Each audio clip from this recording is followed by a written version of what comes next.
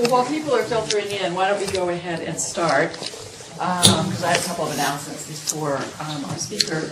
I'm Carol Runyon. I'm a faculty member in School of Public Health and School of Medicine and direct the PIPER program, which stands for Pediatric Injury Prevention, Education, and Research Program, which is the sponsor of this seminar series. I wanted to alert you to some upcoming seminars I put here on the board, although the ink wasn't very strong. But February 28th, Ashley Brooks Russell, who's back there in the corner, who's our newest faculty member with the PIPER program, will be presenting on some aspect of marijuana and driving. She hasn't exactly worked out the topic yet. That will be at noon in Ed 1, 1400, with a reception following as a way to help people get to know Ashley as a newcomer as of this month. And then on March 4th, we'll be hosting Keisha Pollack, who's a faculty member at Johns Hopkins School of Public Health and an injury researcher there. She'll be in town for 2 days doing a presentation as part of the preventive medicine grand rounds, and then an injury seminar for us that will be focused on her work with Major League Baseball and Major League Baseball players from the standpoint of occupational injuries. So put those on your calendars and join us then, and there'll be more to come. We also have, I'll send around a sign-up list.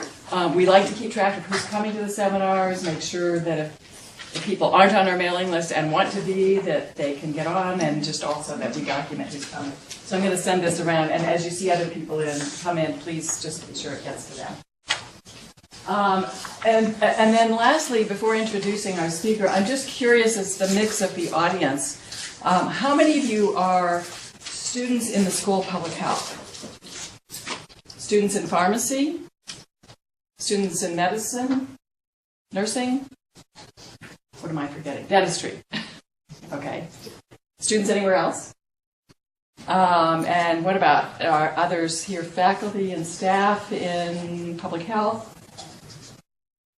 Pharmacy? Okay. Am I missing anybody? Psychiatry? Okay. State agencies, maybe? Okay, so it's an interesting mix, and it's nice to see unfamiliar faces as well as familiar faces. So reaching other groups. So our presenter today is Dr. Robert Valuck. Rob has training from the Colorado School of Pharmacy as well as from the University of Illinois, Chicago, where he has a PhD with emphasis on pharmacy administration. He holds joint appointments in the School of Pharmacy, the Department of Epidemiology, and the Department of Family Medicine. And I could spend the rest of the hour reading his CV to you, but I won't do that. He's heavily published in a variety of topics. But the topic of today's talk is about his work leading the consortium on prescription drug overdose for Colorado, and focused on that topic. So, thank you. Thank you. And thank you all for coming. I really enjoy speaking on this particular topic I've been involved with for a long time. Since I arrived back in Colorado. I was born and raised in Colorado, went to school here, but went to graduate school in Illinois and came back. And since I came back, for the last 17 of the last 20 years, I've been working on this prescription drug abuse issue through this. There was a very much smaller prescription drug abuse task force at the state level that is now in the last year and a half that I'll talk to you about sort of why and how it got to be a lot bigger deal and what we're doing about it. So I'll just kind of dive right in because I tend to try to give a few more slides than we have time for rather than too few to give you your money's worth so you didn't waste an hour and then why'd the guy come here with 4 slides and I didn't learn anything. So hopefully you'll learn something, and if we run out of a little bit of time, I know which ones to skip over at the end. So I want to try to broadly cover 4 areas. It's a lot to try to cover, but each one of these could be at great length. First, describe the scope of the prescription drug abuse problem both in the U.S. and in Colorado. It's hard to do, but to try to give you some sense of how big a problem it is. Second, discuss some of the factors contributing to the growth of the problem. There's many, and this really isn't the primary emphasis of the talk, but to at least raise a little bit of discussion about that, because it is important. Third, to highlight some policy initiatives and programs, both at the federal level and what's going on in other states, and then bring that back down to Colorado and describe what we're doing here, trying to look at what our unique aspects of the problem are, what people are doing nationally in terms of best practices, and how we think we can address the problem, and then finish up with our consortium-based approach to it and describe how we got there and what we're doing. So first, believe it or not, some people either are not aware of this at all or just don't think it's a big deal. Now, I speak with, whether it's pharmacists, patients, my next-door neighbor. I use Joel Cerrone as my litmus test for Joe Middle America as Joel Cerrone, my next-door neighbor. Joel, have you ever heard about this? That's why I lean over the fence when I'm barbecuing steaks or hamburgers. I ask Joel questions as my public opinion polling of one. And almost universally, though, people, even that know it's somewhat of a problem, don't realize just how big the problem is. I think almost everybody universally underestimates the scope of it. Either it's smaller than you thought, or it was not on your radar at all. So I do start with this. What's the big deal? Believe it or not, it's a huge deal. In 2010, it was estimated that, and these are just various estimates, but the most credible I could find from CDC was that 38,329 people died from a drug overdose in the U.S. That's one person every 14 minutes. Nearly 60% of those were prescription drugs, so the majority are prescription drugs and not illicit drugs. That's another misconception. All these start to tumble misconceptions. Almost every data point starts to knock down another misconception. So that one is the prescription drugs. And among those prescription drugs, most of that involves opioid analgesic pain relievers, oxycodone, hydrocodone. Vast majority. So about half of these, roughly half of those overdose deaths, are from opioids. And that's why that is the focus lately of most of the attention that's being paid is opioids. It's not the only one, as we'll see later, but it's a big deal. In Colorado, those drug overdose deaths range from 250 to 550 a year in the last 7 years. So it's not a small deal. By the estimates I got from someone who, other neighbor is a commercial airline pilot. How many people on the average commercial airliner? He said 175 to 250 on the average jet. That would be 2 plane crashes a year. Every year for the last 7, I think people would be marching on the Capitol for why aren't we doing something about aviation safety? If that were the number of people who died in plane crashes consistently over a 7-year period like this, yet this is really under the radar for the most part. So it's really, to me, it's rather staggering. So I start with these kinds of things. Since 2003, more overdose deaths have involved opioids than heroin and cocaine combined, which were the 2 primary culprits over the preceding 20 years. So it really has flipped from the illicit drugs to the prescription drugs. Rates of misuse, we do know that rates of misuse and overdose death are highest among men, persons aged 20 to 64, non-Hispanic whites, and people that are in poor or rural populations. Those are the highest risk. Yes?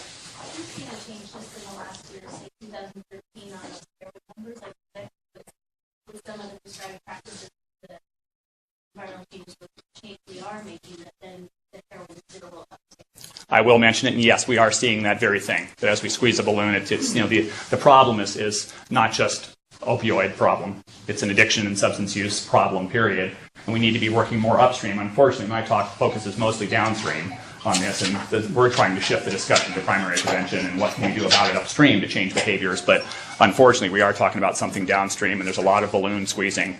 If we cut off this supply or change this, that another drug of choice is simply move from one to another. So it's definitely an issue, and we are seeing that heroin numbers are spiking by drug trafficking data, ER data, various data sources show that heroin is spiking. So it's a good question.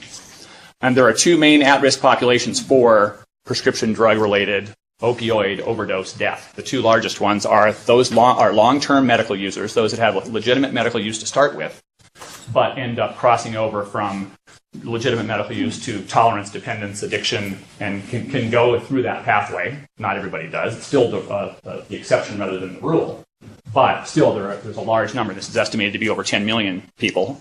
And then non-medical users in the past month. And these are just based on people who self-report this. And then we find out what happens to them. This is self-reported non-medical use in the last month, which is, as you'd imagine, probably a vast underreporting. Still, that's estimated to be at least 6 million more people. So there's a lot of people at risk, and these are people at risk of death from overdose. So it really is a very, very large problem. Where do we sit nationally? Colorado's in the moderate range. The color here about between 10 and 15 drug overdose deaths per 100,000 people in 2010. So we're in the middle range. It's worse in other states. Kentucky and West Virginia have had this problem and have been addressing it aggressively since the 80s. And it's still a problem. It's been vexing for a variety of reasons. But we stand, as far as national data, we stand in the moderate range about how bad is it in Colorado, people ask. And what does it look like nationally? Where are pockets of this problem? In Colorado, these are just little snippets of tables that won't fit on the slides, and I don't want to give you the 400-page reports that each of these come from. So basically, Colorado sits in terms of this over time from 79 to 2010. We started out in the 4 per 100,000 range for from 80 to 90. Once we moved from 1990 to the early 2000s, it doubled and nearly tripled. So the point where we're now, this mortality rate change over time was more than doubled. We're sitting at about 12.7 per 100,000, which is a very large number. When you consider on the far right, the motor vehicle death rate in Colorado in 2010 was 9.5 per 100,000. So it's another tipping point that we've reached, I think, in terms of public health, when prescription drug-related overdose deaths outnumber motor vehicle accident deaths. We've crossed a line. A lot of people cite this one as well. We've crossed a line of importance, saying this isn't a small thing anymore. We got to really pay attention to this. Everybody acknowledges motor vehicle accidents are an important target for public health intervention, and we want to reduce them. And people talk about highway safety and seatbelt laws and everything we can do to try to stop motor vehicle accident-related deaths.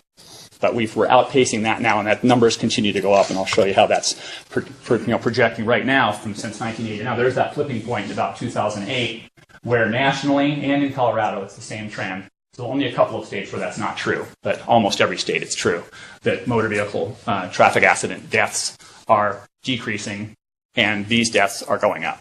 So this is a problem. This is why I think, why is this getting on the radar in the last couple of years? Things like this, that people are seeing, wait a minute, we're doing a good job in trying to drive that rate down. This rate is going up, and we need to start paying attention. We do see that it's different for opioids and benzos than heroin and cocaine. Is this for all drugs are going up? No. With cocaine, had spiked it has had spikes in the 70s and early 80s, and again in the early 2000s. But we've been driving that rate down. And most of the other drugs are relatively consistent. They fluctuate, but over time they're fairly consistent. Opioids have had a steady increase, and have shown that over the last. It's not just back to 1999. That's been true back to probably the mid to late 80s where we've seen that data. So the primary driver is prescription drugs among all these drug overdose deaths, 60%. And of all those prescription drugs, which ones are they? As you might expect, the prescription opioids down here are this big column. Responsible, like I was saying, for about 16,500, 17,000 of those 38 are prescription opioids, so just under half of all of it.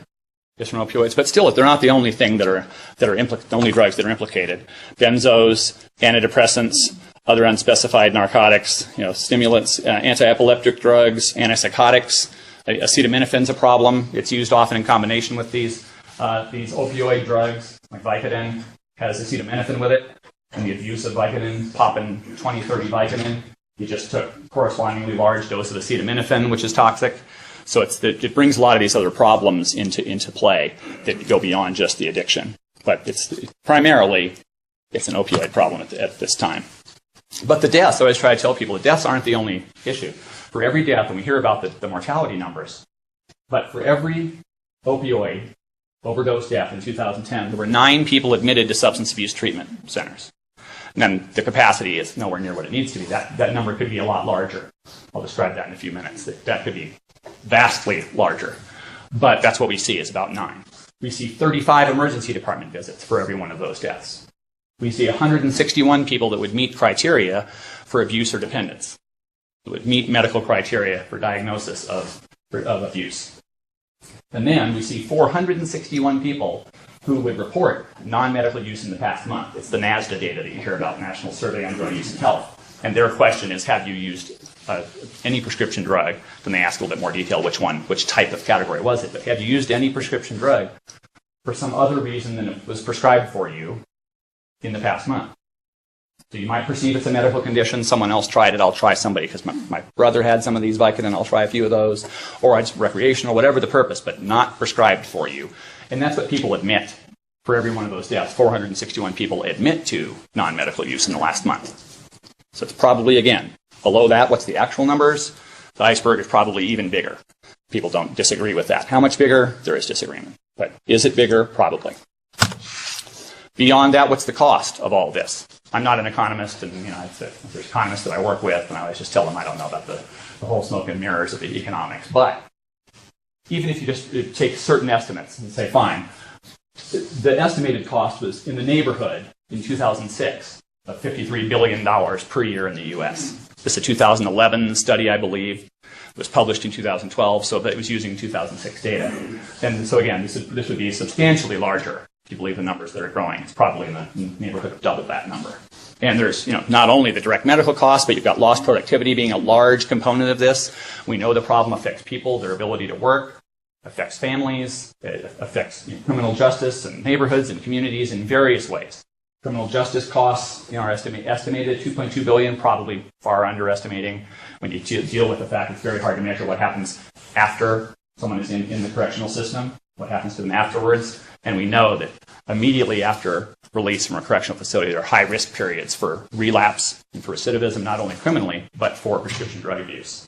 And the highest rate of, one of the highest risks is the 2 weeks after being discharged from a correctional facility for prescription drug-related overdose death. People were weaned off of them or forced off of them, come out of prison, take a pretty high dose right away, or what they were taking before, and overdose and die.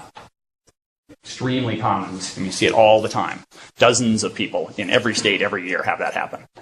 You don't read about it, but it's very common. So then, the medical complications alone are probably 20% of this.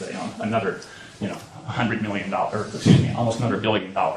So it's a substantial problem economically, as though people have to be convinced. I can keep beating the drum, and at this point, you probably believe it. I talked about the substance abuse treatment gap. That's if we could treat everybody. This is what we're spending now. It's estimated that there are probably about 2.3 million people who receive treatment at a substance abuse facility in a year, and this was in 2011. But how many would be needing treatment and either reporting that they need it or diagnosed with these things and couldn't get into treatment? A number that's tenfold higher. So we think about 10% is the number of the people that need treatment or are eligible for treatment are actually getting it.